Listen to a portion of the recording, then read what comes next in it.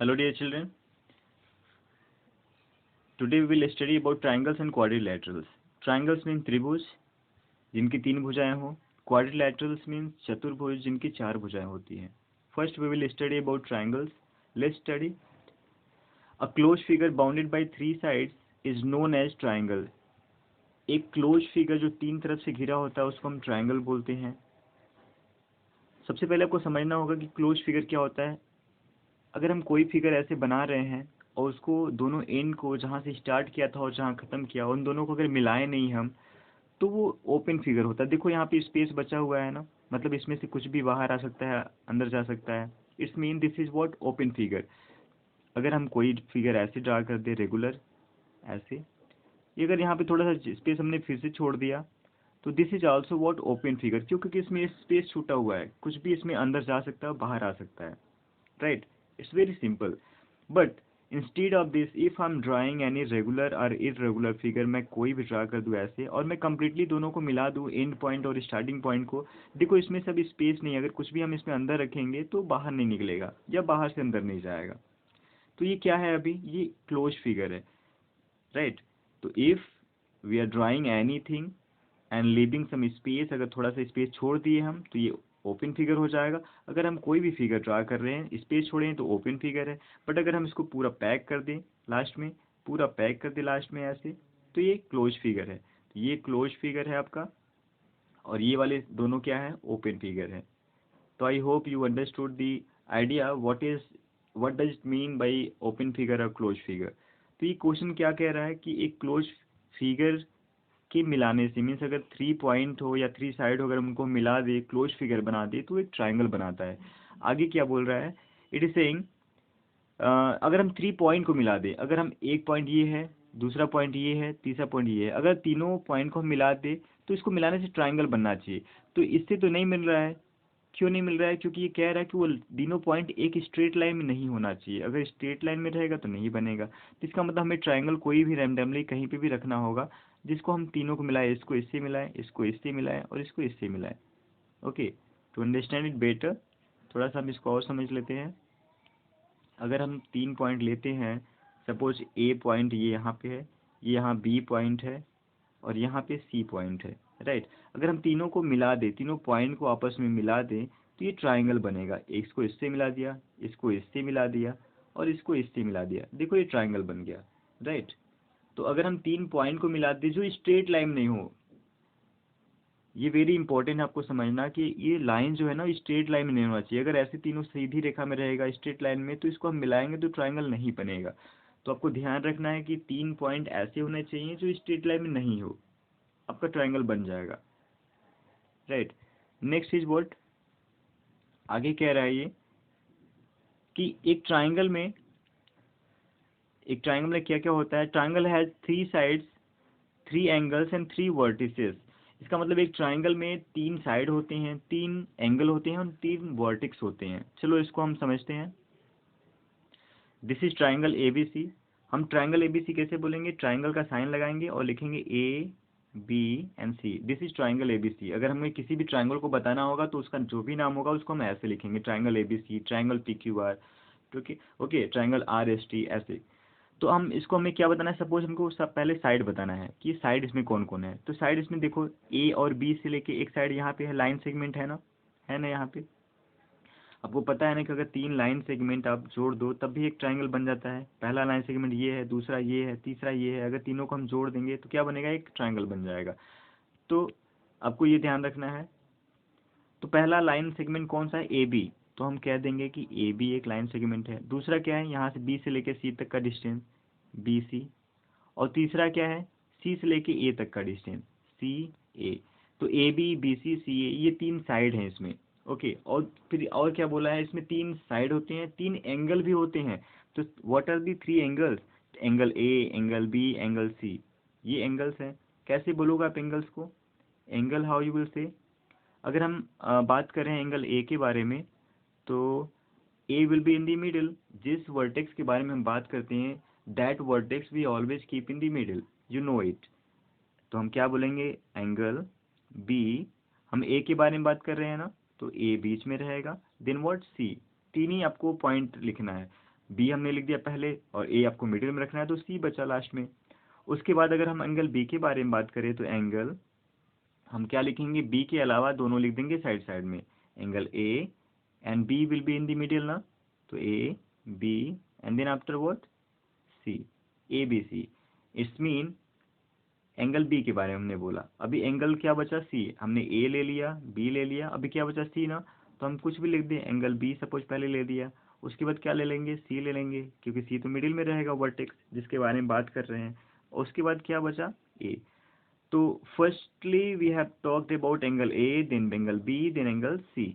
Okay, तो angle के बारे में आप ऐसे बोलोगे। अब तीन वर्टेक्स कौन कौन से हैं इसमें, पहला वर्टेक्स तो आपको पता है कि एंगल ए है, मीन्स पॉइंट ए है, पॉइंट बी और पॉइंट सी, तो वर्टेक्स आप लिखोगे यहाँ पे, और ए बी एंड सी ये तीनों वर्टेक्स हो जाएंगे। इसका मतलब एक ट्राइंगल में तीन साइड होते हैं, यहाँ पे हमने बताया तीन साइड ये होते हैं, तीन एंगल होते हैं, एंगल के बारे में हमने बताया, और तीन वर्टेक्स होते हैं, ऐसे बता दिया। और एंगल को आप ऐसे भी लिख सकते हो, इंडिविजुअली भी लिख सकते हो, जैसे एंगल, अगर हम इसको बोलें तो एंगल को हम एंगल ए, एंगल बी और एंगल सी ऐसे भी करके अलग अलग लिख सकते हैं, right. Let's understand how many types of triangle are there now. Types of triangle, triangle has three types. पहला स्केलन है, isosceles and equilateral. Scalene triangle क्या होता है, स्केलन ट्राइंगल में जिसकी तीनों भुजाएं अलग अलग हों, जैसे अगर हमने एक ट्राइंगल ये ड्रा किया, दूसरा ये ड्रा किया, तीसरा ये, इसको हम विषम बाहु बोलते हैं हिंदी में, विषम विषम बाहु। ओके, तो विषम बाहु मीन्स आपका स्केलन ट्राइंगल होता है, मीन्स ये 3 सेंटीमीटर होता है, ये 7 हो सकता है, या 6 हो सकता है, ये 5 हो सकता है। देखो तीनों साइड की जो मेजरमेंट है वो अलग अलग है। अगर कोई ट्राइंगल ऐसा है जिसके तीनों भुजाएं अलग अलग हैं, कुछ भी हो सकता है, अगर हमने कोई ट्राइंगल ड्रा किया ऐसे, जिसको ये 4 लिख दिया, इसको 8 लिख दिया, इसको 7 लिख दिया, तो देखो ये 4 है, ये 8 है, ये 7 है, तीनों अलग अलग भुजाएं हैं। ओके, तो ऐसा जब भी ट्राइंगल होगा तो क्या होगा, स्केलन ट्राइंगल होगा, स्केलन ट्राइंगल होगा, राइट। तो विषम बाहु इसको बोलते हैं। नेक्स्ट ट्राइंगल कौन सा होता है, दूसरा ट्राइंगल होता है हमारा isosceles triangle, isosceles triangle. Okay, इसमें क्या होता है, आपका दो भुजाएं बराबर होती हैं, if two sides are equal, A B C, तो हम क्या बोलेंगे, इसको आइसोसेलेस ट्राइंगल बोलेंगे। इसका मतलब ये बराबर होगा इसके, हम इसको लिख सकते हैं A B will be equal to what, A C. अगर ए बी ए सी से इक्वल है, इट्स मीन अगर ये 5 सेंटीमीटर का है तो ये भी 5 सेंटीमीटर का है, ये 6 सेंटीमीटर का या 2 या 3 ये कुछ भी हो सकता है, बट ये जो दो साइड है यहाँ पे ना, वो दोनों हमेशा बराबर होंगी, राइट। तो ऐसा ट्राइंगल क्या होता है, आइसोसेलेस ट्राइंगल होता है। इसको हम सम सम द्विबाहु बोलते हैं, सम द्विबाहु त्रिभुज बोलते हैं, राइट। और फर्स्ट वाला हमने क्या देखा था अभी, इसके पहले वाला स्केलन ट्राइंगल था। तो इसका मतलब क्या है, इसमें तीनों भुजाएं बराबर नहीं होती, तो हम क्या लिख सकते हैं, A B is not equal, A B बराबर नहीं है किसके, बी सी के बराबर नहीं है, और बी सी बराबर नहीं है किसके, सी ए के। तो A B is not equal to B C and B C is not equal to C A, right. तो आप ऐसे करके लिख सकते हो इसको। हमारा स्केलन हो गया, आइसोसेलेस हो गया, उसके बाद हमारा क्या बचा, equilateral triangle. Next is what, equilateral triangle. Equilateral triangle क्या होता है, समबाहु, इसको क्या बोलते हैं, सम बाहु, इक्विलैटरल। ओके, इसका मतलब ए बी, अगर सी ए है तो ये 4 सेंटीमीटर, तो ये भी 4 सेंटीमीटर होगा, ये भी 4 सेंटीमीटर होगा। इसका मतलब तीनों भुजाएं इसके बराबर होगी, ए बी बराबर होगा बी सी के, बी सी बराबर होगा सी ए के, right. This will be the correct definition of equilateral triangle. तो इसका मतलब अगर तीनों भुजाएं बराबर है, अगर ये 5 होगा तो सारे 5 होंगे, एक 6 होगा तो सारा 6 होगा, ये इक्विलैटरल ट्राइंगल होगा। समद्विबाहु त्रिभुज में मीन्स आइसोसेलेस ट्राइंगल में क्या होता है, उसके दो भुजाएं बराबर होती है, और स्केलन ट्राइंगल में कोई भी भुजा बराबर नहीं होती, मीन्स कोई भी साइड बराबर नहीं होती एक दूसरे के, राइट। तो we have understood about the types of triangle, कितने टाइप्स ऑफ ट्राइंगल होते हैं, हमने तीनों टाइप्स के बारे में पढ़ लिया।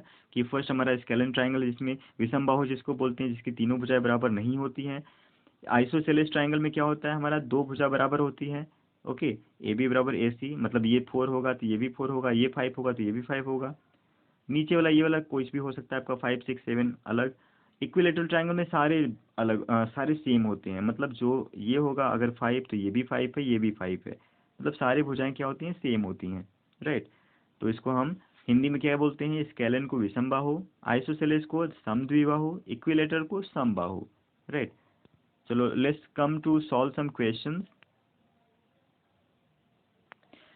अभी हमने साइड के बेसिस पे ट्रायंगल का टाइप पढ़ा था कि अगर साइड कोई भी सेम है, सारे साइड सेम है तो इक्विलेटरल ट्रायंगल है, अगर दो साइड सेम है तो आइसोसेलेस है, अगर तीनों अलग अलग है तो स्केलिन ट्रायंगल है। तो साइड के बेसिस पे हमने ट्रायंगल पढ़ा था। अभी एंगल के बेसिस पे भी ट्रायंगल के टाइप्स होते हैं कुछ, उसके बारे में थोड़ा पढ़ लेते हैं।